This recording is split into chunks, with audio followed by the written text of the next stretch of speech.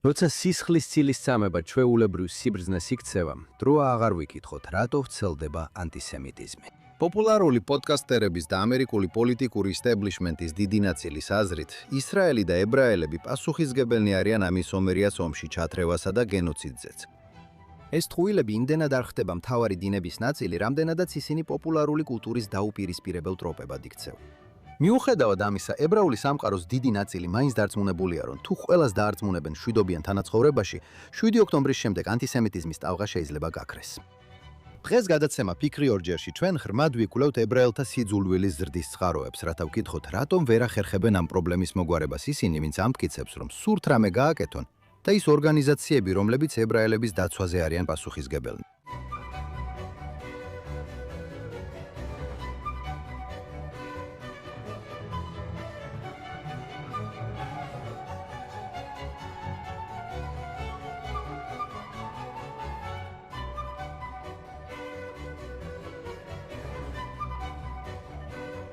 გამარჯობა და კეთილი იყოს თქვენი მობრძანება გადაცემაში ფიქრი ორჯერ.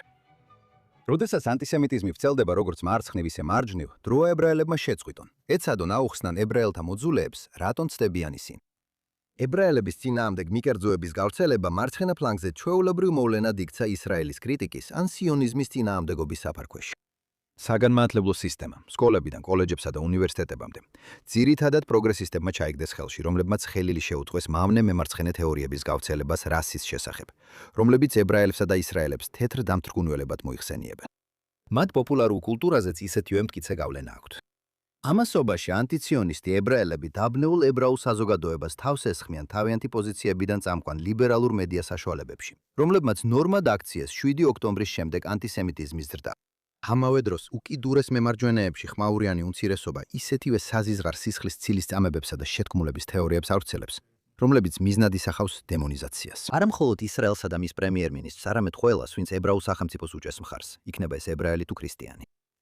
თუმცა ორგანიზებული ებრაული საზოგადოების უმეტესობის რეაქცია კვლავაც დიდწილად დაბნეულია და მათი მცდელობები ამ ტენდენციების წინააღმდეგ ბრძოლაში არაეფექტურია თუ არა უკუშედეგიანი. როგორ უნდა უპასუხონ ებრაელებმა და მათმა მოკავშირეებმა ამ კრიზისს? როგორ შეუძლიათ მათ აკადემიისა და სკოლების კონტროლის დაბრუნება? და როგორ შეიძლება ანტისემიტიზმის წინააღმდეგ და ისრაელის მხარდასაჭერად ორპარტიული კონსენსუსის აღდგენა ასეთ პირობებში? ერთი ადამიანი, რომელიც ცდილობს ამ სიტუაციის შეცვლას, არის ნიჰალეხტი, წამყვანი ებრაელი პედაგოგი და გვიხარია, რომ დღეს ის ჩვენთან ერთად არის. ნიჰალეხტი დაიბადა ყოფილი საბჭოთა კავშირის ტერიტორიაზე და 1989 წელს ოჯახთან ერთად ემიგრაციაში წავიდა შეერთებულ შტატებში. ის არის მეცნიერი და პედაგოგი, რომელიც სპეციალიზდება ებრაული ისტორიის, რუსული ლიტერატურისა და თანამედროვე ანტისემიტიზმის სფეროში. მან მიიღო დოქტორის ხარისხი იუსკლაში, სადაც ყურადღება გაამახვილა საბჭოთა კავშირის მიერ ჰოლოკოსტის მეხსიერებისა და ებრაული იდენტობის ჩახშობაზე. ის არის ინიციატივა შეჩერდეს ანტიციონიზმის თანადამფუძნებელი და მას პინძლობს პოდკასტს Don't Know Much About. მან ფართოდ დაწერა ანტიციონიზმის შესახებ JNS-ში, Jewish Journal-ში, Tablet Magazine-ში, Wall Street Journal-ში და New York Post-ში. ნიჰალეხტ, მოგესალმებით გადაცემაში ფიქრე ორჯერ. დიდი მადლობა, ძალიან ბედნიერი ვარ და ჩემთვის დიდი პატივია, რომ დღეს თქვენთან ერთად ვარ. მადლობა, რომ დრო გამოყავით და დღეს შემოგვიერთდით. მინდა დავიწყო კითხვით. როგორ ფიქრობთ, რა არის ყველაზე მნიშვნელოვანი რამ, რასაც ებრაული სამყაროს უმეტესობა ვერ ხვდება 7 ოქტომბრის შემდეგ ანტისემიტიზმის ზრდასთან დაკავშირებით? ჩვენგან ძალიან ბევრი, განსაკუთრებით ებრაული ორგანიზაციების ლიდერები შეიძლება ითქვას, ჯერ კიდევ ერთსა და იმავე აზროვნებაში ვარ ჩარჩენილი, რომლებსაც ჯერათ, რომ ებრაელებისადმი სიძულვილი შეიძლება გადაილახოს უკეთესი საზოგადოებრივი ურთიერთობებით ან მეტი რელიგიათა შორისი დიალოგით, იმის ნაცვლად, რომ პირდაპირ შეებრძოლონ იმ იდეებს, რომლებიც როგორც მემარცხენე, ისე მემარჯვენე მოძრაობებში ებრაელების დემონიზაციას იწვევს. მართალია, ძალიან კარგი კითხვა. ნება მომეცით, ცოტა უკან დავიხიო და ვთქვა, რომ ეს არ არის მხოლოდ 7 ოქტომბრის შემდეგ ანტიზიონიზმის ზრდის ამბავი. მიუხედავად იმისა, რომ ეს მართლაც მასშტაბურია. ეს არც 7 ოქტომბრის და არც 8 ოქტომბრის ისტორია არ არის. ჩემს საკუთარ კვლევაში და წერილებში მე ვაკვირდებოდი ანტისემიტიზმის გავრცელებას, რომელიც რეალურად 2000-დან 2001 წლიდან დაიწყო და ეს ანტიზიონიზმის ფორმით გამოვლინდა. და მიზეზი, რის გამოც მე ამას 2000-იანი წლების დასაწყისს უკავშირებ, არის ის, რომ მაშინ სამი მნიშვნელოვანი მსოფლიო მოვლენა მოხდა: დურბანის კონფერენცია 9/11 და მეორე ინტიფადა. და ამ მოვლენებმა მართლაც შექმნეს იდეალური რის შესაძლებლობა, კატალიზატორი, რომ დასავლეთში შემოსულიყო იდეოლოგია, რომელიც რეალურად საბჭოთა კავშირში იყო ჩამოყალიბებული და შექმნილი. და სამწუხაროდ ებრაული საზოგადოება ძალიან მოუმზადებელი და ძალიან ცუდად აღჭურვილი იყო იმისთვის, რომ გაეგო, რას ნიშნავდა ანტიციონიზმი. დღემდე არ არსებობს არც ერთი ებრაული ორგანიზაცია, არც ერთი დიდი ტრადიციული ორგანიზაცია, რომელიც სრულმასშტაბიან კამპანიას აწარმოებს ანტიციონიზმის წინააღმდეგ. ანტიციონიზმი დღეს ებრაელთა სიძულვილის ყველაზე მომაკვდინებელი ფორმაა. და იცით, ჩემს საკუთარ კვლევაში, როგორც ხშირად ვამბობ, როცა ვაკვირდები, როგორ რეაგირებდნენ ებრაული ორგანიზაციები ანტიციონიზმზე, ხშირად საუკეთესო შემთხვევაში საუკეთესო, რასაც ამბობენ, არის ის, რომ ანტიციონიზმი შეიძლება გადავიდეს ანტისემიტიზმში, როცა ის დემონიზებას უკეთებს ისრაელს. მაგრამ ეს ზუსტად აღწერს, რა არის ანტიციონიზმი. ეს დემონიზაციის პროექტია, ზუსტად ეს არის ანტიციონიზმი. ასე რომ ჩვენი ებრაული საზოგადოება, ჩვენი ტრადიციული ორგანიზაციები, ეს არ არის 7 ოქტომბრის ამბავი. სინამდვილეში ბოლო 2 წლეული, თუ არა მეტი, მოუმზადებელი, უნებური და გაჩერებულია, როგორც თქვენ თქვით, იმ სოფუ მხედველობით ჩარჩოში, რომელიც მათ არ ამზადებს ამ იდეოლოგიურ საფრთხესთან გასამკლავებლად. ეს არის ჩვენი ინსტიტუტების იდეოლოგიური დაპყრობა. გმადლობთ, რომ მოусმინეთ Think Twice. მიუხედავად იმისა, თუ რომელ პოდკასტ პლატფორმაზე გვისმენთ, ან თუ პირდაპირ ეთერში გვიხურებთ Facebook-ზე, X-ზე ან JNS-ის YouTube არხზე, ვთხოვთ მოიწონოთ და გამოიწეროთ JNS. დააცკაფუნოთ ზარზე შეტყობინებებისთვის და დაგვიტოვოთ კარგი შეფასებები. ასევე Think Twice-ის გარდა არსებობს ჯონათან ტობინის ყოველდღიური პოდკასტიც, სადაც მე კიდევ უფრო მეტ სიახლესა და ანალიზს გიზიარებთ იმ ყველაზე მნიშვნელოვან საკითხებზე, რომელთა წინაშეც დღეს ვდგავართ. ყოველდღიურ გადაცემას ჯონათან ტობინ დეილის სახელით იპოვით JNS-ის არხზე, სადაც არ უნდა იღებდეთ თქვენს პოდკასტებს. და ახლა დაუბრუნდეთ დღევანდელ პროგრამას. დიახ, ეს ძალიან კარგი შენიშვნა. შეცდომა ამდენი დრო დავხარჯოთ ანტიზიონისტებთან და ისრაელის დამგმობებთან დებატებში. გულისხმობ, ბევრი ადამიანი წუხს მათი არგუმენტების გაბათილებაზე და ასევე აინტერესებთ მათთან დებატები. ეს ისაა, რაც უნდა ვაკეთოთ, თუნდაც მნიშვნელოვანია სიმართლის აღდგენა. მოусმინეთ, აქ ორი აზრი მაქვს. მჯერა რომ სიმართლე ყოველთვის ძალიან მნიშვნელოვანია და ჩვენ როგორც კაცობრიობა ყოველთვის უნდა ვისწრაფოდეთ სიმართლისკენ და ტყუილების გაბათილებას. მაგრამ ერთი რამ, რაც ანტიციონიზმის შესწავლისას გავიგე, არის ის, რომ რადგან ის პროპაგანდისტულ სახელმწიფოში შეიქმნა, ეს უბრალოდ არასწორი ინფორმაცია კი არა, დეზინფორმაციაა, ხომ ასეა. ამიტომ ანტიციონისტურ ცილისწამებას ვერ გამოასწორებ. მოდით მაგალითს მოგცემთ ებრაელთა სიძულვილის უფრო ადრეული ეპოქიდან, სისხლის ცილისწამებას. თქვენი მსმენელებისთვის ძალიან სწრაფად ავხსნი. სისხლის ცილისწამება არის იდეა, რომ ებრაელები თითქოს ქრისტიანების სისხლს იყენებენ მაცას გამოსაცხობად და ისინი სისხლის მსმელები არიან. არანაირი აზრი არ აქვს სისხლის ცილისწამების ბრალდების განხილვას, რადგან ეს შეთქმულების თეორიაა. ეს უბრალოდ მართალია, ასე რომ არაფერია სადავო. ჩვენ არ გვაქვს ის ისტორიული დისტანცია, რაც გვაქვს სისხლის ცილისწამების შუა საუკუნეების ეპოქიდან, რომ ვთქვათ, კარგი, ეს სისხლის ცილისწამება. მე არც კი ვაპირებ ამ ინფორმაციის გასწორებას, ან ამას და მას დეზინფორმაციად მივიჩნევ. ჩვენ ამას სრულ დეზინფორმაციად ვთვლით. იგივე უნდა იქნას გამოყენებული ანტიციონისტურ ბრალდებებსა და ცილისწამებებზე. ისინი ძალიან გავს სისხლის ცილისწამებას, ღმერთის მკვლელობის ბრალდებას და ისინი დიდწილად ასე მუშაობენ. რატომ არის ცილისწამებები ასეთი წარმატებული? იმიტომ რომ ისინი გარკვეულწილად მცირე სიმართლეშია ფესვგადგმული და შემდეგ დამახინჯებულია. მაგალითად, თუ ღმერთის მკვლელობის ბრალდებას განვიხილავთ, იუდა მართლაც გასცა ქრისტე. ამიტომ შეგიძლია ეს ბრალდება მთელ ებრაელ ხალხს მიაწერო, ხომ ასეა? აი ამიტომაც მაგალითად გენოციდის ბრალდება, გენოციდის ცილისწამება დღეს ასე რთულია და ასე ძნელად გასაქარწყლებელია. ეს იმიტომ ხდება, რომ ნახეთ, თუ ბოლო ომს შეხედავთ ისრაელსა და ჰამას შორის, ბევრად მეტი ადამიანი დაიღუპა ღაზაში. ასე რომ, შეგიძლია ეს ბრალდება უპრობლემოდ წამოაყენო. და იცით, მე სკოლებში და განათლების სფეროში ვმუშაობ და ხშირად ვეკითხები სტუდენტებს, რა არის გენოციდი? ხალხს გონია, რომ გენოციდი ნიშნავს ბევრ ადამიანის მკვლელობას. ასე რომ, შეგიძლია ესეც უპრობლემოდ გაატარო.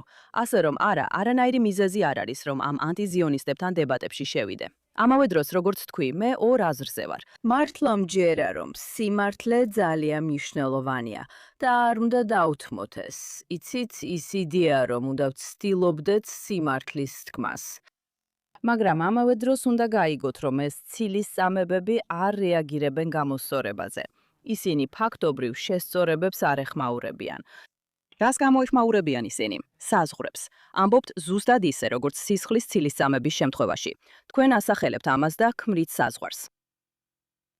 ხო, ეს საინტერესო ხედვა ამ საკითხზე. ფიქრობთ, სტუნება ჩაერთო მაგალითად გენოციდის ტყუილის გაბათილებაში თითქმის დაუძლებელია უმეტესობისთვის, იუდეურ სამყაროში, ვისაც ისრაელი უყვარს. და მაინც ეს რაღაცა ხო იცით შიხია. შენ ვერ დაარწმუნებ ისეთეთ, როგორიც მაგალითად დეივ სმითი ან ჰასან პაუელი. დიახ, ჰასან პიკაჩუ ხო იცი რომ ისინი ცდებიან. ეს იმიტომ, რომ მათი პოზიცია არც გონივრულობაზეა დაფუძნებული და არც ფაქტებზე. და მაინც იცით, ნამდვილად ეს არის რეაქცია ჩვენი მრავალი მკითხველის, მსმენელისა და მაყურებლისგან JNS-ში, იცი რომ უნდა უპასუხოთ ამას. იცი, მოგვაწოდე არგუმენტები, რომ პასუხი გავცეთ. და ასე რომ, იცი სად ვართ, როგორ უნდა ვიმოქმედოთ. იცი რა არის ამ შემთხვევაში გათვლა ამ პრობლემის მართვასთან დაკავშირებით. კარგი, ამას გეტყვი. დრაიფუსი სასამართლოზე მივიდა ფაქტებითა და მტკიცებულებებით შეიარაღებული. სასამართლოზე მივიდა, როცა ყველა ფაქტი მის მხარეს იყო. მას ყველა მტკიცებულება ჰქონდა, მაგრამ ეს წინასწარ გადაწყვეტილი სასამართლო იყო. ეს იყო ფარსი სასამართლო. ჩვენ გვაქვს, ვიცით, რომ ფაქტები ჩვენს მხარესაა. მე ამ საქმეს ვაკეთებ უკვე, იცით, 2000 წლეულია, სულ მცირე, მას შემდეგ რაც თავად სტუდენტი და შემდეგ მაგისტრანტი ვიყავი. და ძირითადად მე ვყვებოდი ჩვენს ისტორიას, ხომ ასეა. ცდილობდი ამის გაბათილებას. ფიქრობდი, რომ ხალხი არასწორად იყო ინფორმირებული. ისინი არასწორად არიან ინფორმირებული. და აღმოვაჩინე, რომ სამწუხაროდ ეს უბრალოდ არ მუშაობს. ეს არის პროპაგანდის ომი. პროპაგანდის ომში ეს კარგად არ რეაგირებს იმაზე, რომ მოდი გაგაცნობთ ებრაელი ხალხის ისტორიას. მოდი გითხრათ, რომ ჩვენ ნამდვილად ძირძველი ხალხი ვართ. მოდი გითხრათ, რომ ჩვენ სინამდვილეში თეთრები არ ვართ. მოდი გითხრათ გენოციდის განსაზღვრება. ეს ტერმინი მეორე მსოფლიო ომის შემდეგ შეიქმნა პოლიტიკური მიზნების გამო. ხალხო, ეს ასევე მოწმობაა იმ მძიმე მდგომარეობისა, რომელშიც ვიმყოფებით. ყურადღების კონცენტრაცია ასეთია, იცით, ძალიან მოკლე, ძალიან მცირე. ხალხს დრო არ აქვს, ხალხს არ უნდა მოსმენა. ჩვენ სლოგანების ეპოქაში ვცხოვრობთ. კიდევ ერთხელ, მე ორ აზრზე ვარ. ჩვენ უნდა შევინარჩუნოთ სიმართლე. ეს ძალიან მნიშვნელოვანია. მაგალითად, ნატაშა ჰაასდორფის ნამუშევარ ძალიან ცემპატივს. ის აკეთებს საქმეს, იცით, რომ შემოიტანოს სიმართლე. სიმართლე იუდეასა და სამარიაზე. სიმართლე საერთაშორისო სამართალზე და საერთაშორისო სამართლის გამოყენებაზე. მისი ნამუშევარი ძალიან მნიშვნელოვანია. თუმცა მათთვის, ვინც ახლა იბრძვის ამ ომში, როგორც მე, როგორც ბევრი სტუდენტი, ებრაელი სტუდენტები უნივერსიტეტებში. იქ ჯდომა მაგიდასთან, რომელზეც აწერია, აი ასე გამოიყურება სიონისტი, ყურადღებას ჩვენზე ამახვილებს. ჩვენ მუდმივად, ამას ყოველთვის ვამბობ, მუდმივად ყველაფერს სააშკარაოზევდებთ. ვამტკიცებთ, რომ ისრაელს აქვს არსებობის უფლება. ესეც უნდა დასრულდეს, ხო ასეა. ეს იდეა, რომ მუდმივად უნდა ვილაპარაკოთ ისრაელის ლეგიტიმურობაზე. რატომ? ასე რომ თქვენს კითხვაზე ისევ ვიმეორებ, მე ამ ორგანწობაში ვარ. ძალიან მნიშვნელოვანია სიმართლის შენარჩუნება. ძალიან მნიშვნელოვანია დოკუმენტირება და ჩანაწერების ქონების ქონა. მაგრამ უნდა გაიგოთ, რომ ეს ნარატივის ომია და ეს ნამდვილად ნარატივის ომია. ეს არის პროპაგანდა. და შეიძლება ეს იმიტომ ვიცი, რომ ყოფილი საბჭოთა კავშირიდან ვარ. ჩემმა მშობლებმა საბჭოთა ანტისიონიზმი გამოიარეს. მათ ეს კარგად ესმოდათ, მაშინვე გძნობდნენ. იცით, დედაჩემი ამბობს, რომ ამერიკელებს, რადგან თავისუფალ საზოგადოებაში ცხოვრობენ, უნდობლობის გძნობა არ განუვითარდათ. ისინი ძალიან დაუცველები არიან. საბჭოთა მოქალაქე კი ყოველ დილით იღებდა პრავდას. მათ ისწავლეს სტრიქონებს შორის წაკითხვის უნაკითხვის უნარი. ეს ფაქტობრივად კრიტიკული აზროვნების ერთგვარი კურსია. სწორია, აბსოლუტურად. და ვფიქრობ, რომ არა, საინტერესო ისაა, რომ არც ერთი რუსი ებრაელი საბჭოთა მოქალაქე არ წამოეგო ამ ცილის წამებებსა და ტყუილებს. ისინი უბრალოდ არ წამოეგნენ, ზუსტად ესმოდათ, რადგან პროპაგანდის სახელმწიფოში ცხოვრობდნენ. აქ ძალიან განსხვავებულია. ადამიანები, განსაკუთრებით ახალგაზრდა ებრაელები, ძალიან ადვილად ხდებიან ამ ნარატივების მსხვერპლი. აქ ორმხრივი მიდგომაა. პირველი ისაა, რომ აუცილებლად უნდა განათლოთ ახალგაზრდობა, მისცეთ მათ სიმართლე, ფაქტები. მაგრამ უნდა გაიგოთ, რომ რეალურ ომში, ნარატივების ფრონტზე, როცა იქ დგახართ და ამბობთ, რომ ისრაელს აქვს არსებობის უფლება, თქვენ თავდაცვით პოზიციაში ხართ. თქვენ არასდროს ამახვილებთ ყურადღებას მათზე, მუდმივად საკუთარ თავზე ხართ კონცენტრირებული. თქვენ ბევრს წევდით იმ ცდელობაზე, რომ ანტიციონიზმი როგორღაც განასხვაონ ანტისემიტიზმისგან, მაშინ როცა ეს აშკარად ასე არ არის. რატომ არის ასე რთული ებრაული საზოგადოების ბევრ წევრისთვის, მედიისა და აკადემიის წარმომადგენლებზე რომ აღარაფერი ვთქვათ, გააცნობიერონ, რომ ეს ორი ერთი მონეტის ორი მხარეა. თუ არ ოფუფლებებს ებრაელებისთვის, რასაც არ უარყოფს სხვა ადამიანებისთვის, რაც სწორედ ანტიციონიზმია. ეს აშკარა დისკრიმინაცია. რატო არის ეს ასე? იცით, ჩემთვის ეს ძალიან მარტივია და ასე ვცდილობ ავხსნა.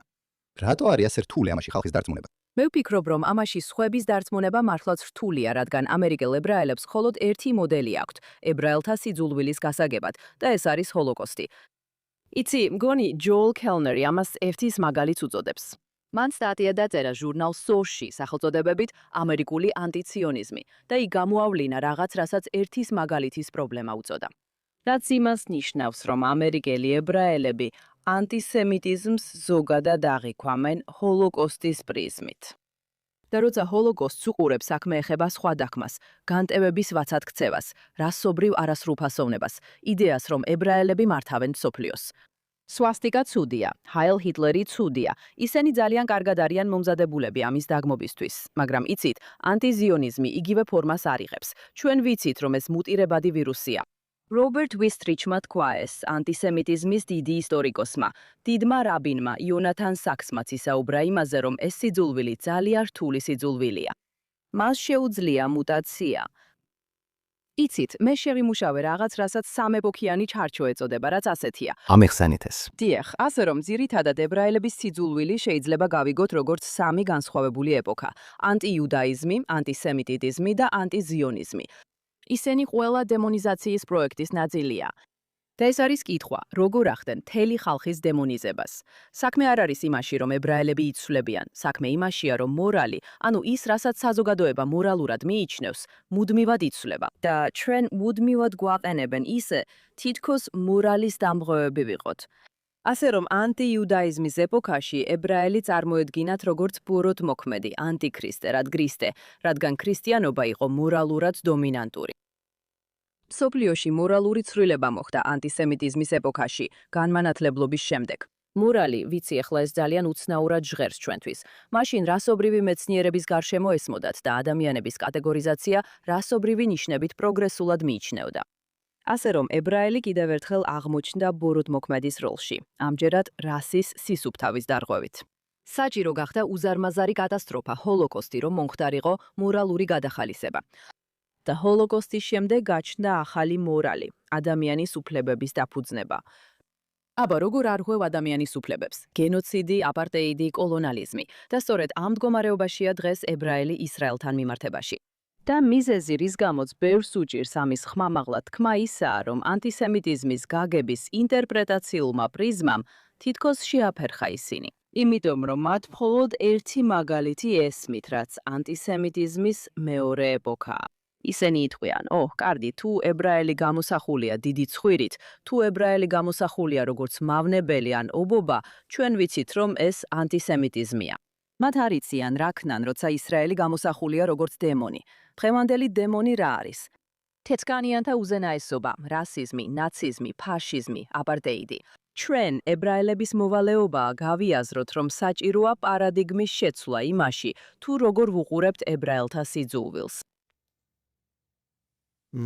თქვენ მნიშვნელოვანი სამუშაო გააკეთეთ საბჭოთა წარმოშობის იდეების, ენისა და ტაქტიკის გამოკვლევაში, რომლებიც თანამედროვე ანტისემიტური კამპანიის საფუძველს წარმოადგენს. აკადემიაში და სხვა ადგილებში. შეგიძლიათ აგვიხსნათ, როგორ მოახერხა საბჭოთა ანტისემიტიზმისა და ანტიციონიზმის მემკვიდრეობამ ბერლინის კედლის დაცემიდან თითქმის 4 ათწლეულის შემდეგ არა მხოლოდ გადარჩენა, არამედ აყვავებაც. და იცით, ეს უფრო ფართოდ არის მიღებული, ვიდრე იყო 1970-იან წლებში, როდესაც გაეროში საბჭოთა კავშირის მიერ ჩატარებული ციონიზმი არის რასიზმი კამპანია მიმდინარეობდა. იცით, ეს საინტერესო კითხვაა. ამჟამად მუშაობ ნაშრომზე, რომელიც ზუსტად იმაზეა, რაც ახლა მკითხეთ. ანუ რა მოხდა მაშინ, როდესაც ეს ფაქტობრივად დასავლეთში იქნა ექსპორტირებული. ერთი რამ, რითიც მინდოდა დამეწყო, არის ის, რომ როდესაც საბჭოთა კავშირი დაიშალა, ანტიციონიზმის მოჩვენებითი ფეხებიც მასთან ერთად დაიშალა. ეხლა რას გვასწავლის ეს? ეს გვიჩვენებს, რომ ის მხოლოდ იმიტომ გამოიყენებოდა, რომ სასარგებლო იყო და ვფიქრობ, იზაბელა ტობოროვსკი ამაზე ძალიან კარგ აზრს გამოთქვამს. რატომ ხარჯავდნენ საბჭოთაები ამდენ დროს რესურსსა და ენერგიას ანტიციონიზმზე? იმიტომ, რომ ეს მათთვის მუშაობდა. ეს იყო ყურადღების გადატანა. ეს იყო გზა ებრძოლათ ამერიკელებისა და დასავლეთის წინააღმდეგ ცივი ომის დროს. და როცა ეს მათთვის აღარ მუშაობდა, უბრალოდ აღარ სჭირდებოდათ. და მაგალითად, უშუალოდ გადატრიალებამდე გორბაჩოვმა დაიწყო ისრაელთან დაახლოების მცდელობა. ეს გვიჩვენებს, რომ საბჭოთა კავშირის ბოლო ეტაპზეც კი იყო მცდელობები ისრაელთან უკეთესი ურთიერთობის დამყარების, იმიტომ რომ ეს უკვე აღარ მუშაობდა მათთვის. ეს დასავლეთში ასე არ იყო. და საინტერესოა ის, რომ ჩემს მიმდინარე კვლევაში ვაკვირდები, რას ფიქრობდა საშუალო საბჭოთა მოქალაქე ანტიზიონიზმზე, როგორც ებრაელი, ასევე არაებრაელი. და საინტერესო ისაა, რაც დედაჩემმა თქვა. საშუალო საბჭოთა მოქალაქე ყველაფერს, რასაც სახელმწიფო ამბობდა, აღიქვამდა როგორც იდეოლოგიურ ბოდვას და დიდ დროს არ უთმობდა ამაზე ფიქრს. საბჭოთა მოქალაქე არ ივლიდა ებრაელის უკან და არ იღვირებდა გაათავისუფლეთ პალესტინა. ეს საბჭოთა კავშირში არ ხდებოდა, ესეთი რამ არ ჰქონდათ. ეს არ იყო სათნო საქმედ მიჩნეული, მაგრამ დასავლეთში ასეა. აქ რაღაც განსხვავებულია. დასავლეთში, როცა ეს აქ მოვიდა, ეს უბრალოდ პროპაგანდა აღარ არის, ეს ნამდვილი რწმენა გახდა. მე ვამტკიცებ, რომ ეს დასავლეთში უფრო საშიშია, ვიდრე ოდესმე იყო საბჭოთა კავშირში, რადგან საბჭოთა მოქალაქე მიცოდა რა იყო პროპაგანდა. რა თქმა უნდა, საბჭოთა კავშირში ანტისემიტებიც იყვნენ, რა თქმა უნდა, მამაჩემის ცემეს. ჩემს ძმას საბჭოთა კავშირში ეძახდნენ ჟიდს, ბოდიში ამ სიტყვისთვის. ეს ჩვეულებრივი იყო, საბჭოთა კავშირში ამას ქუჩის ანტისემიტიზმს ეძახდნენ. მაგრამ არც ერთი საბჭოთა მოქალაქე არ დადგებოდა და არ იხვირებდა, ისრაელი არის სიონისტური ფაშისტური სახელმწიფო. ეს ყველაფერი სახელმწიფო პროპაგანდიდან მოდიოდა. აქ დასავლეთში თქვენ ყავთ ადამიანები, რომლებიც მზად არიან, ადამიანები, რომლებსაც ეს სურთ. ეს კეთილშობილური საქმეა. ეხლა ეს უკვე ხელოვნურად შექმნილ რწმენად იქცა. საბჭოთა კავშირში ასე არასდროს ყოფილა. და რატომ? რატომ არის ასე? რა ხდება ამერიკაში? და ვფიქრობ, ეს იდეალური დროის ამბავია მართლა. ეს იმდენად მარტივია. ვფიქრობ, რომ როდესაც ანტისიონიზმი ამერიკის შეერთებულ შტატებში მოვიდა, ეს იყო 1960-იან და 1970-იან წლებში. და თუ დაფიქრდებით 1960-იან და 70-იან წლებზე, ამერიკის შეერთებულ შტატებზე სამოქალაქო უფლებების მოძრაობისა და ომის საწინააღმდეგო მოძრაობის დროა. ხშირად ვიყენებ სნაიპერის ანალოგიას. იცით, სნაიპერი ძალიან კარგად ამახვილებს თვალს სამიზნეზე, მაგრამ რაც სამიზნის გარეთაა, ის ასე ფოკუსირებული არ არის. ამიტომ ამერიკელებმა დაიწყეს თვალის ცურთნა რასიზმისა და უსამართლობის საძებნელად და ანტისიონიზმით სწორედ ამ ხედვის არეში მოხდა და პირდაპირ სამიზნეში აღმოჩნდა. აი, რატო ფიქრობენ დღეს ადამიანები, რომ ანტისიონიზმი ანტირასიზმია, რადგან ის სწორედ იმ მომენტში გამოჩნდა. იმ ფორმით, რომ ალბათ იცით, უნდა მიუდგეთ ამ საკითხს პროგრესულ პროექტში. აბსოლუტურად. მთელი რიგი ტოქსიკური თეორიები, იცით, კრიტიკული რასის თეორია, ინტერსექციონალობა, დასახლებითი კოლონიალიზმი, ხო იცით? რომლებიც ორთოდოქსიად იქცა. მთელი საგანმანათლებლო სისტემის განმავლობაში, არა მხოლოდ კოლეჯებში, არამედ სკოლებშიც, გავლენა არსებობს. ეს მართლაც პროდუქტია. ანუ ამერიკელები ხშირად განიხილავენ ამას, იცით, სრულიად განსხვავებულ კონტექსტში. მაგრამ ანტისიონიზმი, ანტისემიტიზმი, რადგან ებრაელები მოიხსენიებიან როგორც თეთრი დაჩაგრულები, ან ებრაელები და ისრაელები მოიხსენიებიან როგორც თეთრი დამთრგუნველებები. ეს მთლიანად ჩადებულია ამ სოფომხედველობაში, არა? ასევე ვიტყვი, რომ ერთ-ერთი, იცით, თუ საბჭოთა კავშირს დაუბრუნდებით, ისინი საკმაოდ ცუდად მართავდნენ საკუთარ სახელმწიფოს, მაგრამ ნამდვილად ოსტატები იყვნენ ნარატივისა და პროპაგანდის შექმნაში. მაგრამ ერთ რამეს ისინი ძალიან კარგად ხვდებოდნენ. უმაღლესი განათლების ინსტიტუტი, აკადემია, ძალიან მნიშვნელოვანი ინსტიტუტია, თუ შეძლებ მის დაპყრობას, რადგან სწორედ იქ ხდება ცოდნის წარმოება. მაგალითად, ისევ იზაბელა ტობოროვსკის ნაშრომს თუ დაუბრუნდებით, ის საუბრობს ფსევდოსამეცნიერო სფეროზე, რომელიც მათ შექმნეს და რომელსაც სიონოლოგია ეწოდებოდა. მათ აკადემიაში სრულიად ახალი დარგი შექმნეს, მთელი კვლევის სფერო. ეხლა დასავლეთში უნივერსიტეტები ცოდნის წარმოების ცენტრებად იქცნენ და ისინი მართლაც ამ ანტისიონიზმის ტყვეობაში არიან. და ისინი მრავალი თვალსაზრისით ფუნქციონირებენ მსგავსად ტოტალიტარული რეჟიმისა. ჩვენ ცხოვრობთ ამ თავისუფალ დასავლურ სამყაროში, მაგრამ უნივერსიტეტში ამგვარი დოგმატიზმი არსებობს. არის ასეთი მდგომარეობა, რომ ვერ გამუხატავ განსხვავებულ აზრს, ვერ გექნება განსხვავებული შეხედულება. არსებობს ეგრეთ წოდებული გაუქმების კულტურა, ხომ ასეა? ეს ძალიან უცნაური ფენომენია და ანტისიონიზმი სწორედ ასეთ გარემოში იზრდება და ვითარდება. ასე რომ ეს კიდევ ერთი ნაწილია იმ პაზლისა, რომელიც გვეხმარება გავიგოთ, როგორ გახდა ეს ყველაფერი ასეთი ეფექტური. მან ზუსტად უნივერსიტეტებში ახალგაზრდების გონება დაიპყრო და ახლა რა თქმა უნდა სკოლებშიც, დაწყებითი კლასებიდან მე-12 კლასამდე. ხო, ბოლო ნახევარი საუკუნის განმავლობაში ან მეტიც ებრაელებმა უზარმაზარი რესურსები მიუძღვნეს ჰოლოკოსტის გახსენებასა და განათლებას. თუმცა ებრაელთა სიძულვილი სინამდვილეში არ გამქრალა თითქოს და განათლებულ და განმანათლებელ დასავლეთში. არამედ ის ისე აყვავდა, როგორც არასდროს ცოცხალ მეხსიერებაში. ამიტომ კითხვა ასეთია. რას ვაკეთებდით არასწორად ჰოლოკოსტის პატივისცემის კუთხით, რომ თითქოს და მან ვერ შეძლო ანტისემიტიზმის შეჩერება, რომელიც ჰოლოკოსტის ბირთვია. ხო, ანუ ამაზე სტატია მაქვს დაწერილი. მართლა-მჯერა, რომ ჰოლოკოსტის სწავლებას არასწორად ვახორციელებთ. ჩვენ მას უნივერსალურ ისტორიად ვაქციეთ. და მესმის, გარკვეულწილად გვერდიდანაც კი მესმის ამის სურვილი, რადგან ებრაელს უნდა რომ მიიღონ. ებრაელს უნდა რომ ეს ნარატივი გარესამყარომაც მიიღოს და ასიმილირდეს. ამიტომაც ამბობენ, კარგი, ჰოლოკოსტის ისტორია არის შეუწყნარებლობის, ფანატიზმისა და სიძულვილის ისტორია. ეს უნივერსალური კატეგორიებია. მაგრამ ეს ნამდვილად არ არის ჰოლოკოსტის ისტორია და ჰოლოკოსტის ისტორია 1933 წელს ჰიტლერის აღზევებით არიწყება. იცით, როცა უყურებ ჰოლოკოსტის შესახებ განათლებას და ვაკვირდები, როგორ ასწავლიან მას სკოლებში, მე თვითონ როცა ვიზრდებოდი, წარმოდგენაც არ მქონდა, რომ ჰოლოკოსტამდე ევროპაში ანტისემიტიზმის მთელი ისტორია არსებობდა, ხომ ასეა, რომ ეს შეიძლებოდა არსებობდეს. ეს სწორედ ევროპაში მოხდა ნოყიერი ნიადაგის გამო. 1000 წლეულების განმავლობაში ებრაელების სიძულვი. სხვა საკითხი ის არის, რომ ჰოლოკოსტის უნივერსალიზაციის საფრთხე ის არის, რომ ახლა იმ წერტილამდე მივედით, სადაც ანა ფრანკის სიმბოლოდ იქცა. ის ატარებს, არ ვიცი, რამდენჯერ გინახავთ ეს. ადამიანები ანა ფრანკს კეფიას ახურავენ. სწორედ ამიტომ გვაქვს ჰოლოკოსტის დამახინჯება, ჰოლოკოსტის ინვერსია. ჩვენ გარკვეულწილად თავად შევქმენით ეს უნივერსალიზაციით, როცა ვთქვით, რომ აი შეგიძლიათ გამოიყენოთ ეს ნარატივი. ჰოლოკოსტის ნარატივი ყველას შეიძლება შეეხოს, მაგრამ ასე არ არის. ეს სპეციფიკურია და ჩვენც ცალკეული ხალხი ვართ. ამას წინააღმდეგობა აქვს, ეს არის პირველი. კიდევ ერთი პრობლემა, რომელსაც განათლების სფეროში ვხედავ, არის ის, რომ ჩვენ ვასწავლით თითქოს ძალაუფლება ცუდია, რომ სამყარო უნდა გაიყოს ძლიერებად და უძლურებად, მჩაგვრელებად და დაჩაგრულებად. ნაცისტები იყვნენ ძლიერები, ებრაელები იყვნენ უძლურები. კარგი, ეს მართალია, მაგრამ სწორედ ძლიერებმა დაასრულეს ნაციზმი. ამიტომ ჩვენ უნდა დავიბრუნოთ ძალაუფლების ღირსებაც. ძალაუფლებაშიც არის ღირსება.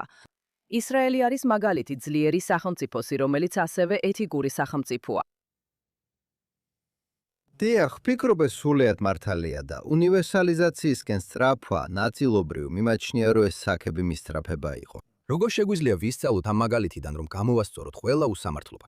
მაგრამ შიში როგორც ერთმა მეცნიერმა ერთხელ ამეხსნა, რომ ჰოლოკოსტი დარჩეს ისტორიაში მიტოვებულად. და იმისთვის, რომ მან ვეღარაფერზე იმოქმედოს, ამ სიტუაციამდე მივედით. სადაც ეს ებრაელებზეა გადატანილი, რაც ანტისემიტიზმის კლასიკური ტროპია. ებრაელების დადანაშაულება იმაში, რისი გაკეთებაც ანტისემიტებს სურდათ მათთვის. დიახ, და კიდევ ერთს დავამატებ, კიდევ ერთ რამეს, რაც ახლა თქვენთან ერთად ვფიქრობ და ამაზეც ბევრს ვფიქრობდი. როგორ ვუყვებით ჰოლოკოსტის ისტორიას ჩვენს ახალგაზრდობას? ხშირად გადარჩენილებს ვიწვევთ და გთხოვთ, გაიგეთ, მე უდიდესი პატივისცემა მაქვს მათ მიმართ და ვფიქრობ, ისინი ძალიან მნიშვნელოვანია. ჩემი ბაბუა ჰოლოკოსტის გადარჩენილი იყო. მაგრამ თუ დააგვირდებით იმ ტრაექტორიას, იმ სანარატიულ რკალს, რომელიც ჩვეულებრივ სტუდენტებს ეძლევათ, ის ასე გამოიყურება. დავიბადე ამა და ამ წელს და შემდეგ თავი გეტოში ამოვყავი. და ჩემი მთელი ოჯახი, ეს იყო ის, რაც ჩემს მთელ ოჯახს დაემართა. კარგი, მაგრამ რა აკლია ყველაზე მეტად? და როცა ჩემს სტუდენტებთან და ჩემს შვილთან საუბრობ, რომელსაც სკოლაში ჰოლოკოსტის პროგრამა ჰქონდა, ვეკითხები, მაგრამ როგორ აღმოჩნდა მისტერ სოანსო ბაბი იარში? ან როგორ აღმოჩნდნენ ისინი სობიბორში? ეს არის ის კრიტიკული ნაწილი, რომელიც აგლია დემონიზაციის ტაქტიკა.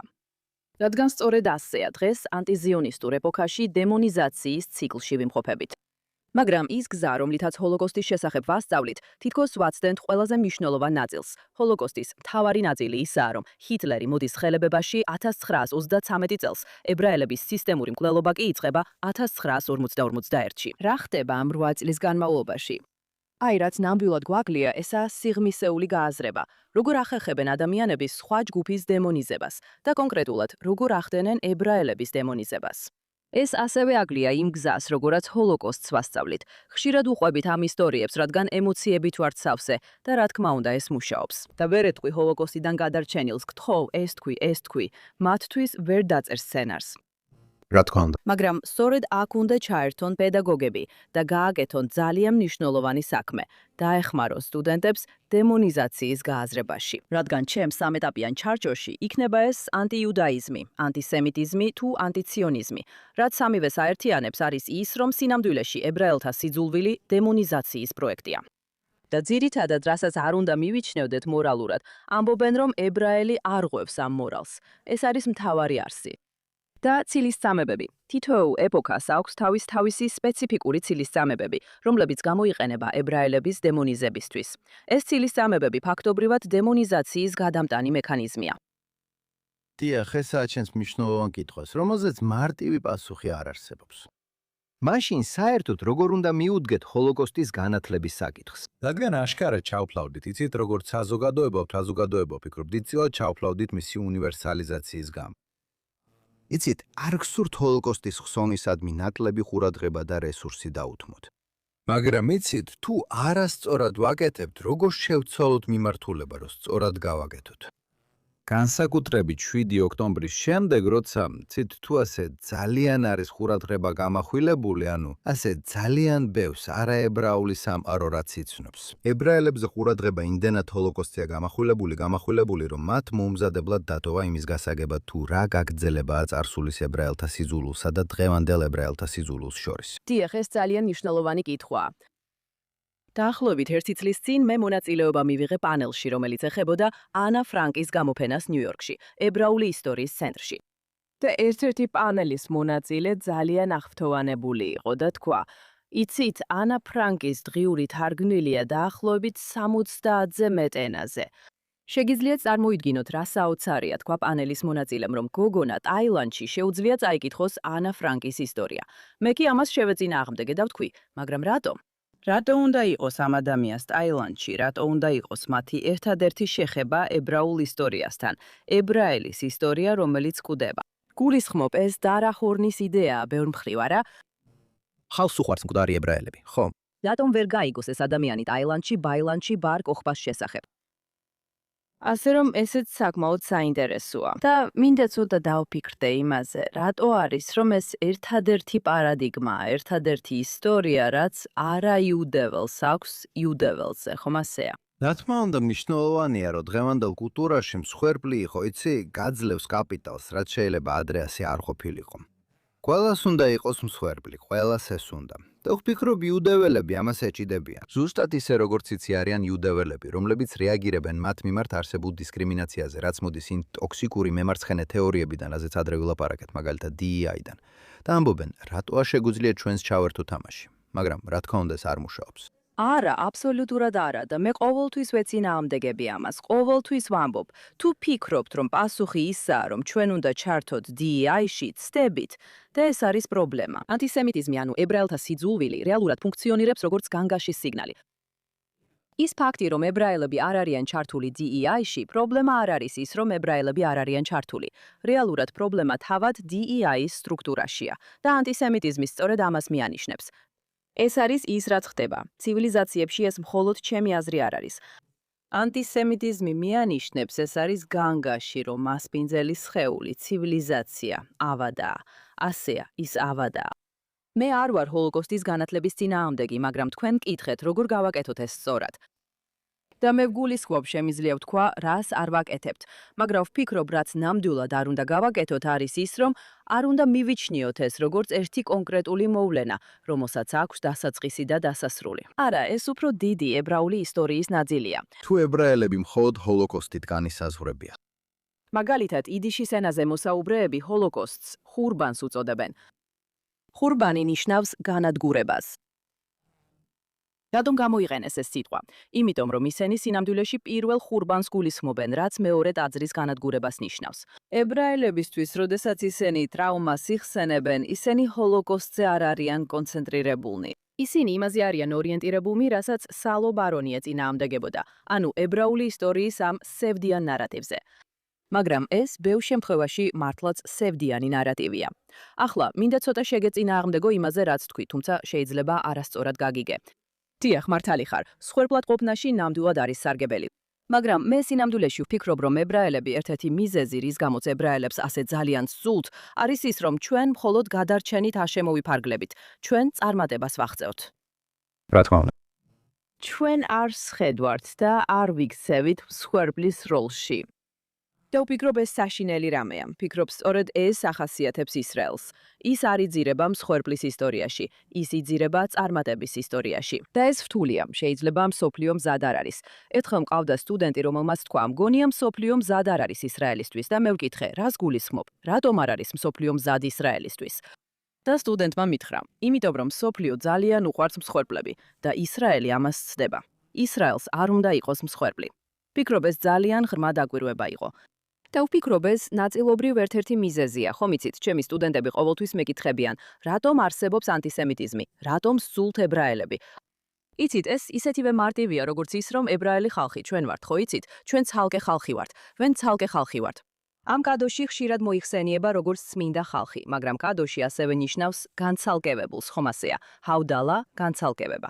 ჩვენ ვართ განცალკევებული ხალხი. ჩვენ არ ვართ შექმნილები იმისთვის, რომ შევესაბამებოდეთ იმ პარადიგმებს, რომლებიც სხვა უმცირესობებისთვის მუშაობს. ისრაელი არის, იცით, ჩვენ გვინდა რომ გვექცეოდნენ როგორც ყველა სხვა ერს, რაც ასეა, მაგრამ ჩვენ განსხვავებული ხალხი ვართ. და ალბათ მსოფლიო ამისთვის ჯერ მზად არ არის. ალბათ მსოფლიო ეხლა მსხვერპლის როლში ყოფნით გპობნით თკბობას ამჯობინებს. ხო. როგორ შეუძლიათ ებრაელ მშობლებსა და სტუდენტებს ყველაზე ეფექტურად დაუპირისპირდნენ გავრცელებულ აზრს, რომ სიონიზმი რასისტულია და ისრაელი თეთრკანიანი დამთქმულების ქვეყანაა? იცი, ჩვენთვის ნორმალურია, რომ ამ საკითხებს, ესე ვთქვათ, 30,000 ფუტის სიმაღლიდან შევხედოთ. მაგრამ ბავშვებისთვის სკოლებში და მათი მშობლებისთვის ეს ყოველდღიური გადარჩენის საკითხია. და როგორ უნდა დაუპირისპირდე მასწავლებლებს ან სხვა მოსწავლეებს, როცა ისინი ამ სტერეოტიპებს, ასე ვთქვათ, ნორმალურად მიიჩნევენ. ისი ჯონათან, ყოველ კვირას მშობლები მირეკავენ და მთხოვენ, რომ ვესაუბრო მათ შვილებს, რომლებიც ანტისიონიზმის გავლენის ქვეშ მოექცნენ. გთხოვთ ესაუბროთ ჩემს ქალიშვილს, გთხოვთ ესაუბროთ ჩემს ვაჟს და, რა თქმა უნდა, მე მზად ვარ ამისთვის. მაგრამ იცი უნდა გითხრა, რომ როცა უკან ვიხედები, ვფიქრობ, რატო ვარ ასეთი, როგორ მივედი ჩემს შეხედულებებამდე და უნდა ვთქვა, რომ სკოლებისთვის პასუხისგებლობის გადაბარება და იმის ფიქრი, რომ განათლებას მხოლოდ სკოლა მისცემს, არასწორია. ვფიქრობ, ჩვენ როგორც მშობლებს დიდი ძალა გვაქვს. როცა ჩემს თავს ვიხსენებ, მინდა ერთი ამბავი გაგიზიაროთ. როცა საბჭოთა კავშირიდან ამერიკაში ჩამოვედით, ლოს-ანჯელესში გადავედით საცხოვრებლად. ხშირად დედასთან ერთად მივდიოდი სუპერმარკეტში, რადგან მეგონა სუპერმარკეტი დისნეილენდივით იყო. იმდენი რიგი და სხვადასხვა ბრენდის პროდუქტი იყო იქ. და მახსოვს ერთი დღე. ჩვენ სალაროსთან ვიდექით და იქ მყოფმა ბიჭმა დედა ჩემს უთხრა: "ო, აქცენტი გაქვთ. საიდან ხართ?" მან უპასუხა, უკრაინიდან ვარ და მან უთხრა, "ო, უკრაინელი ხართ?" მან უთხრა, "არა, ებრაელი ვარ." და მახსოვს, ისე შემცხვა დედა ჩემის. ვფიქრობდი, "ო, დედა, მან ასე არ იგულისხმა. ეს შენი რელიგიაა. რატომ ამბობ უბრალოდ, რომ ებრაელი ხარ?" მახსოვს, მაშინვე შევკრთი და სახლში დაბრუნებისას ვცდილობდი დედა ჩემისთვის ამეხსნა. "არა, ამერიკაში." მან მითხრა, "არა, ნაიალეხთ, ებრაელობა ჩვენიერი და ჩვენი ეთნიკურობაა." ეს იყო ჩემი პირველი საუბარი ამ თემაზე. მაშინ 8-9 წლის ვიყავი. ეს ძალიან ჩამჩა გულში და თითქოს მივიღე ეს. შემდეგ მან დაიწყო ებრაელი ხალხის ისტორიის მოყოლა. საბჭოთა ებრაელებს ძალიან უყვარდათ გერმანელი ებრაელი მწერლის ფუქტფანგერის, ლეონ ფუქტფანგერის ნაწარმოებების კითხვა. რა თქმა უნდა, ხო. და მან დაიწყო ჩემთვის ხმამაღლა კითხვა მისი მოთხრობებისა და რომანების. მისი ბევრი რომანი ისტორიული ფიქციაა. ისინი ძველ იუდეაში ვითარდება. ხო, მისიოსებუსის ტრილოგია, ხო? სწორია. სწორედ მაშინ გავიგე, რომ ებრაელი ხალხი იუდეადან მოდის. ეს დედაჩემისგან გავიგე. სკოლაში ეს არ მასწავლეს. ეს სინაგოგაში არ მისწავლია, არც უნივერსიტეტში მისწავლია. ეს დედაჩემისგან გავიგე. ამიტომაც ხვები ამ ისტორიას, რადგან მშობლებს ძალიან დიდი ძალა აქვთ, რომ შვილებს ესაუბრონ. მართლა ასეა. მაგრამ ეს იმასაც ნიშნავს, რომ მათ თავიანთი ისტორიაც უნდა იცოდნენ. და ეს რამეს გეტყვი, ჯონათან. ჩემი მუშაობისას სტუდენტებთან ერთ-ერთი ყველაზე დიდი წინააღმდეგობა, რომელსაც ვაწყდები როგორც დასრულ სტუდენტებთან, რადგან დასრულთა განათლებასაც ვასწავლი და ასევე ახალგაზრდებთან, არის მაშინ, როცა ამ ძალიან მარტივ კითხვას ვსვამ. ვეკითხები, საიდან არიან ებრაელები? და ამერიკელი ებრაელები უმეტესად ამბობენ, რომ ყველგანიდან არიან. და სინამდვილეში არაებრაელები ამბობენ ამას. ქრისტიანები იტყვიან იერუსალიმი ან სიონი ისრაელში. მათ იციან. რუსმა ებრაელებმაც იციან. მახლობელი აღმოსავლეთის ებრაელებმაც იციან. მაგრამ ამერიკელი ებრაელები ამას თითქოს ეწინააღმდეგებიან. ასე რომ ჩვენი ამოცანაა შევახსენოთ, რომ ჩვენ მხოლოდ რელიგია არ ვართ, ჩვენ ეთნორელიგია ვართ. ეს ძალიან მნიშვნელოვანია, რადგან ანტისიონიზმი ჩვენი ეროვნული წარმოშობის წინააღმდეგ თავდასხმაა. აი ამიტომაც რჩება ეს მხედველობის არედან გამორჩენილი. ამერიკელმა ებრაელებმა ეს მრავალი მიზეზის გამო ვერ შენიშნეს. ერთ-ერთი მიზეზი იყო ის, რომ ისინი პირველ რიგში საკუთარ თავს რელიგიურ უმცირესობად აღიქვამდნენ და არ ფიქრობდნენ საკუთარ თავზე როგორც ეთნიკური ჯგუფის ნაწილზე. მაგრამ რა არის, ისევ ვიმეორებ თავს, რა არის ანტისიონიზმი? ეს არის თავდასხმა ჩვენს ეროვნულ წარმოშობაზე. ეხლა თქვენს კითხვაზე, რის გაკეთება შეუძლიათ მშობლებს? პირველ რიგში არასდროს გადააბაროთ თქვენი ძვირფასი შვილის განათლება სხვას. თქვენ ხართ განათლება, თქვენ უნდა იყოთ მათი განათლების წყარო. ეს მართლაც ასე მარტივია, მაგრამ ეს იმასაც ნიშნავს, რომ თქვენც უნდა განათლდეთ. ხო, პრობლემა ისაა, რომ ამერიკელი ებრაელები განსაკუთრებით მეორე მსოფლიო ომის შემდეგ გაზრდილი თაობა და რა თქმა უნდა თანამედროვე ებრაელები, ალბათ ებრაული ისტორიის ყველაზე გაუნათლებელი თაობაა ებრაული თვალსაზრისით. ამიტომ იცით, ყველას უნდა მივცეთ განათლება, არა მხოლოდ ბავშვებს. რადგან მშობლები ხშირად უძლურები არიან, რომ გამოასწორონ ეს შეცდომები, ან კიდევ ამყარებენ ანტისემიტურ და ანტიციონისტურ სტერეოტიპებს. რა თქმა უნდა, დიახ, ჩემი დასრულთა განათლების სწავლებისას ასევე ხვდები ბევრს დასრულს, რომლებსაც უბრალოდ არ იციან. მათ უბრალოდ არ აქვთ საკმარისი ინფორმაცია. და ასე რომ ეს თითქოს გვაბრუნებს საუბრის დასაწყისში. შეიძლება ეს გამოსწორდეს ინფორმაციის საშუალებით. ფიქრობ, რა თქმა უნდა, მთრულად განწყობილი აუდიტორიისთვის არა. მაგრამ ადამიანებისთვის, რომლებიც ნამდვილად ინტერესდებიან, ნამდვილად ცდილობ, რომ მათ რეალური ისტორია და ცოდნა მიაწოდო. დიახ, ეს კი მიმიყვანს ჩემს შემდეგ კითხვაზე, როცა მტულად განწყობილ აუდიტორიაზე საუბრობთ. კითხვა, როგორ უნდა შევაფასოთ ეს ებრაელი ანტიციონისტები? იქნებიან ისინი ის ადამიანები, რომლებიც ისრაელის დემონიზაციას ცდილობენ და პირდაპირ ეხმარებიან მის მტრებს. თუ ისინი ვინც თვლიან, რომ ბუნდიზმის განდიდება ან აღდგენა ებრაული იდენტობის ლეგიტიმური ფორმაა, ან თუნდაც ებრაული უსაფრთხოების მისაღწევად რეალური გზა. იცით, როგორ უნდა გაუნკლავდეთ ამ კონკრეტულ გამოწვევას, რომელიც აშკარად იზრდება, განსაკუთრებით იმიტომ, რომ სწორედ ამ ებრაელებს აძლევს პლატფორმას მთავარი მედია. დიახ, ანუ ისინი სრულად გამოიყენებიან ანტიციონისტების დღევანდელი ებრაელთმოძულეების მიერ. ხშირად ვფიქრობ ჩემთვის, ხშირად მიკვირს. ეს გადარჩენის ტაქტიკაა, უბრალოდ სურთ ადგილი მაგიდასთან თუ მართლა სჯერათ ეს. და სინამდვილეში ვფიქრობ, რომ მართლა სჯერათ ეს. ჩემი დედა, იცით, სულ ვახსენებ მას, მაგრამ ის მართლა ძალიან მნიშვნელოვანი ადამიანია ჩემს ცხოვრებაში. ის მეუბნება, ხომ იცი, საბჭოთა კავშირში ეს ებრაელები კარიერისტები იყვნენ, ამიტომაც ისრაელი უნდა გაეყიდათ თავიანთი კარიერისთვის. სინამდვილეში არ სჯეროდათ, მაგრამ კარიერისთვის აკეთებდნენ ამას. და მე ვუთხარი მგონი, დედა, აქ ასე არ ხდება. დიდი ტრაგედია დასავლეთში ისაა, რომ ისინი იმდენად გაუნათლებლები არიან საკუთარ ისტორიაში, რომ ანტიციონიზმის იდეა აიტაცეს და გონიათ, რომ ამას როგორც ებრაელები აკეთებენ. ხო, არ უნდა განვაზოგადოთ, მაგრამ ნამდვილად ვფიქრობ, რომ პიტერ ბაინარტის მსგავსი ადამიანები ის ოპორტუნისტია. მაგრამ ყველა ეს სტუდენტი კოლეჯებში, რომლებიც სკანდირებენ და თვითონ ებრაელი სტუდენტებიც სკანდირებენ თავისუფლება პალესტინას და მათი ებრაელი პროფესორები, ისინი ნამდვილი მორწმუნეები არიან. ვფიქრობ, ისინი მართლაც ნამდვილი მორწმუნეები არიან. და აი ამას ვამბობ, რომ ნამდვილი ტრაგედია აქვს სწორედ გაუნათლებლობის გამოა. ან იცი, სულ ახლახან დედა, რომელმაც დაამირეკა და მთხოვა მის შვილთან მესაუბრა, ხომ გახსოვს ეს შემთხვევა.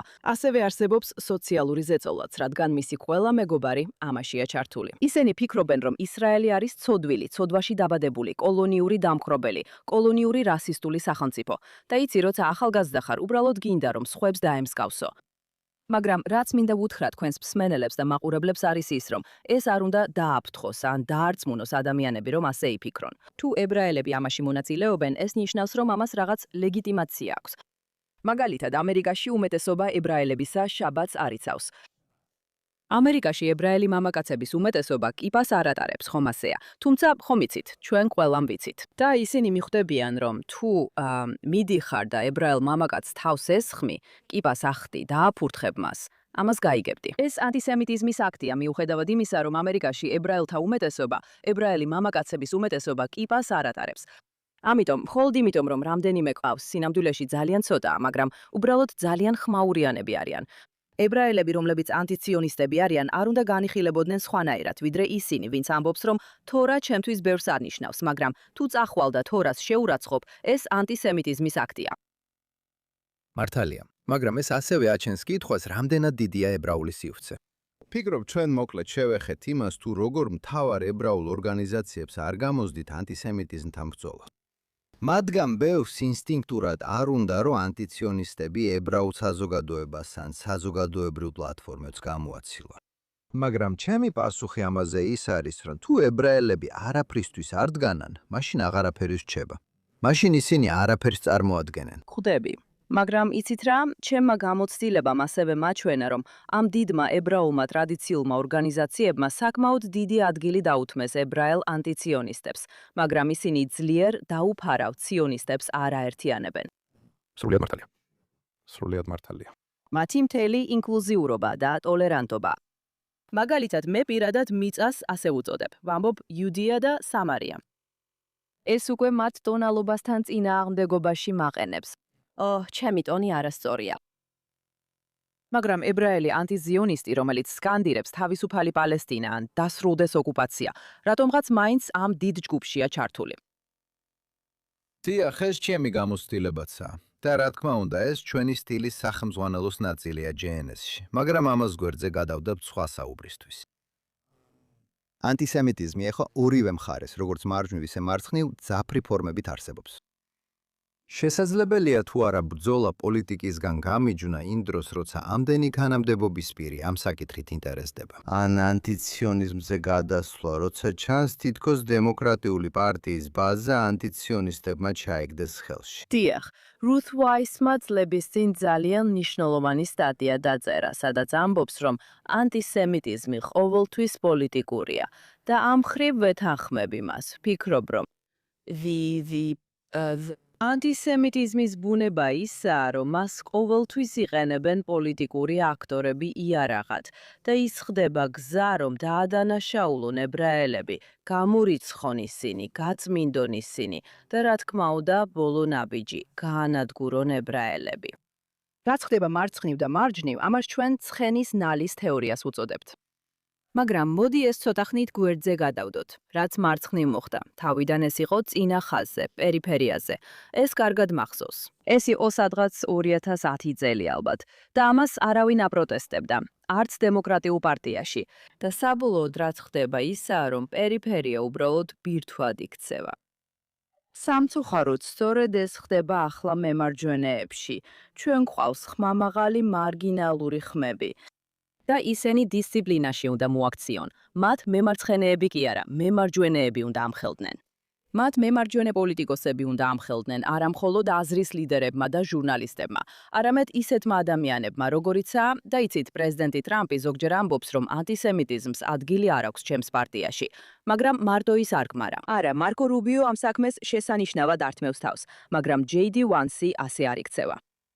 ხო, მისი საჯარო ნეიტრალიტეტი იცით ბენ შაპიროსა და თაკერ კარლსონ შორის Turning Point USA-ზე გამართულ დებატებში. Turning Point USA-ზე დეკემბერში ვფიქრობ, ეს იყო ერთგვარი გარდამტეხი მომენტი იმისა თუ როგორ. მაშინაც კი ჩვენ, ვისაც სიმპათია გვქონდა და ბევრი რამ მოგწონდა მასში, მაინც უნდა შეგვეხედა მისთვის. მართალია, ფაქტია, რომ იცით, არ მიკვირს, რომ ანტისემიტიზმი დაბრუნდა. რაც ჩემთვის გასაკვირია, ჯონათან, ისაა, რომ ანტიზიონიზმი, რომელიც მარცხენაზე იყო, მარჯვენაზეც გადავიდა. ვერასდროს წარმოვიდგენდი, რომ მემარჯვენე ადამიანი უცებ დაიწყებდა საუბარს გენოციდზე, გენოციდის ცილის წამებაზე. ეს ჩემთვის ძალიან საინტერესო ფენომენია, რომლის შესწავლაც და გაგებაც ღირს. ვფიქრობ, მაგალითად, ჯეიმს ლინდსეიმ ამ თემაზე ბევრი კარგი საქმე გააკეთა. ის საუბრობს უკმაყოფილების ნარატივებზე და ამბობს, რომ მსხვერპლის როლის იდეით გაჯერებული უკმაყოფილების ნარატივები ნამდვილად არ არის ჯანსაღი. და ვფიქრობ, სამწუხაროდ მემარჯვენეების დიდი ნაწილიც გარკვეულწილად ამ მსხვერპლის უკმაყოფილების ნარატივშია ჩართული. როცა იწყებს საკუთარი თავის მსხვერპლად აღქმას, იწყებ იმის ძებნას, ვინ არის ის, ვინც გჩაგრავს. სწორია. და ებრაელები ყოველთვის მოსახერხებებელი განტევების ვაცები არიან. სამწუხაროდ. ბოლოს და ბოლოს როგორ უნდა ჩაუნერგოთ ახალ თაობას ებრაელი ახალგაზრდებისა, რომელთაგან ბევრი ამ ქვეყანაში დიდწილად ასიმილირებულია და როგორც უკვე ვთქვი, ებრაულად გაუნათღებელია, როგორც მათი მშობლებიც. ის იდეა, რომ სიონიზმი მათი ებრაული იდენტობის არსებითი ელემენტია, როცა მათი ცხოვრების დიდი ნაწილი მიმართულია იმისკენ, რომ დაარწმუნონ ისინი, თითქოს ყველა სექსტარული იდენტობა, გარდა ალბათ ფერადკანიან ხალხთან დაკავშირებულისა, თავისთავად რასისტულია, ისტულია.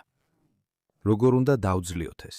თითქოს ეს მხოლოდ მემარცხენე პოლიტიკურ ფლანგზე არსებობდა, მაგრამ ახლა ამას მემარჯვენეებზეც ვხედავთ. ეს ალერგია იმის გაგების მიმართ, რომ ისრაელის მიწა ებრაელობის განუყოფელელი ნაწილია. შესანიშნავი კითხვა. სინამდვილეში ეხლა ხან თლიანად ამ თემაზე ვიმუშავე. Jewish Journalist-თვის დავწერე სტატია. რამდენიმე წლის წინ ამაზე JNS-თვისაც დავწერე. ამ თემაზე ვასწავლი კიდეც. ებრაული განათლების ერთ-ერთი ყველაზე დიდი პრობლემა ისაა, რომ სიონიზმს პოლიტიკურ მოძრაობად ვთვლით. თქვენ კი თქვით, რომ ის ებრაული იდენტობის განუყოფელი ნაწილია. ხშირად ვეკითხები ჩემს სტუდენტებს, შეგიძლიათ სიონიზმი განმარტოთ და უმეტეს შემთხვევაში ასეთი პასუხი მოდის. პასუხი ასეთია. სიონიზმი არის რწმენა იმ იდეისა, რომ ებრაელებს აქვთ უფლება ისრაელის მიწაზე და ალბათ ფიქრობთ, რომ ეს არც ისე ცუდია. მაგრამ ჩემი შეკითხვა სტუდენტებისადმი ასეთია. მაგრამ რატომ? ისრაელი არსებობს. მაშ, რატომ უნდა ვირბინოთ და ვთქვათ, რომ გვჯერა ამ იდეის? თქვენ არ აპირებთ ირბინოთ და თქვათ, მე მჯერა იდეის, რომ ნაია არსებობს. ის ხომ არსებობს, არა? ისრაელი უკვე არსებობს. ამიტომ ჩვენი ამოცანაა ებრაულ განათლებაში, როგორც მშობლების, ასევე სკოლებში, რომ გადავიდეთ სიონიზმის მხოლოდ პოლიტიკურ მოძრაობად აღქმისგან და მივიღოთ იგი როგორც ებრაული იდენტობის გამოხატულება. სიონიზმი ასე გავიგე ჩემი მშობლებისგან. ასე ესმით სიონიზმი ბევრ რუსულენოვან ებრაელსაც, როგორც ებრაელი ხალხის იდენტობის გამოხატულება. როგორ? ეს არის Rav Soloveitchikisგან. მისი გაგებით ებრაული იდენტობა სამკუთხედია. 3 წერტილი: ისრაელის ხალხი, ისრაელის მიწა, ისრაელის თორა. და სიონიზმი სინამდვილეში სამივეს ერთში აერთიანებს. ასე რომ ჩვენი საქმეა სინამდვილეში სიონიზმი, პოლიტიკურ მოძრაობად არ მივიჩნიოთ და ჩვენს ბავშვებს ვასწავლოთ, რომ ისინი ხალხია, რომ ისინი ისრაელის მიწიდან მოდიან. იცი, ეს მარტივი რამეა. ფიქრობ, რა არის ამაში ასეთი რთული? მაგრამ ასეა, რადგან ბევრი ებრაელი მართლა უნდა რომ ეკუთვნოდეს რაღაცას. ეს დაახლოებით იმას გავს, რომ გვინდა ასიმილაცია და არ გვინდა თავის ხვებად გამოვაცხადოთ. გვინდა ამერიკელები ვიყოთ. და ჩემი სტუდენტები ყოველთვის მეკითხებიან, თუ ებრაელები ვართ, ეს ნიშნავს, რომ ამერიკელები ვერ ვიქნებით? რა თქმა უნდა, შეგიძლია იყო ამერიკელი, მაგრამ უნდა იცოდე შენი ისტორია. უნდა იცოდე, რომ ხალხი ხარ, არა მხოლოდ რელიგია. შენ მოდიხარ უძველესი ხალხისგან, ცივილიზაციიდან, რომელიც ისრაელის მიწაზე იყო. ჩვენი ეთნოგენეზი დაკავშირებულია ისრაელის მიწასთან. სიონიზმი ჩვენი ებრაული იდენტობის გამოხატულებაა. ეს უნდა ისწავლებოდეს ჩვენ სკოლებში. ეს შესანიშნავი აზრია და კარგი დასასრულია. ნაია, დიდი მადლობა, რომ დღეს შემოგვიერთდი. როგორ შეუძლია ჩვენს აუდიტორიას თქვენი საქმიანობის თვალყურისდევნები? გმადლობს, დიახ, შეგიძლიათ გამომყევით X-ზე ან Twitter-ზე სახელით Lechtnaya, ასევე Instagram-ზე. ასევე მაქვს ჩემი საკუთარი გადაცემა, რომელსაც ქვია Don't Know Much About. ახლა ხან სტუმრად ყავდა დოქტორი ჯუდეა პერლი და ეს გადაცემა მალე აიტვირთება. და ჩემი შემდეგი გადაცემა იქნება Ben Cohen-თან ერთად FDD-დან. ვისაუბრებთ გაეროს ანტიზიონისტურ ხელში ჩაგდებაზე. ძალიან კარგი, მადლობა Ben JNS-ის კოლუმნისტო. ყველას გირჩევთ მოусმინოთ ნაიას პოდკასტს. ასევე მადლობას უხდით ჩვენს აუდიტორიას. გთხოვთ არ დაგავიწყდეთ ყოველდღე მოусმინოთ ჯონათან თობინის ყოველდღიურ გამოშვებას, რომელსაც შეგიძლიათ მოусმინოთ ყველგან, სადაც პოდკასტებს უსმენთ. და არ აქვს მნიშვნელობა, რომ პლატფორმაზე გვისმენთ. თუ პირდაპირ ეთასში გვიყურებთ Facebook-ზე, X-ზე ან JNS-ის YouTube არხზე, გთხოვთ მოიწონეთ და ან გამოიწერეთ JNS. დააწყაპუნეთ ზარზე რომ მიიღოთ შეტყობინებები და დაგვიტოვეთ კარგი შეფასებები. გთხოვთ მოგწერეთ მისამართზე thinktwice@jns.org და გვაცნობეთ სად უსმენთ ან უყურებთ გადაცემას და რას ფიქრობთ მასზე. და გახსოვდეთ, განაგზეთ კითხვა და დამოუკიდებლად ფიქრი. და მომავალ კვირას ისევ გნახავ.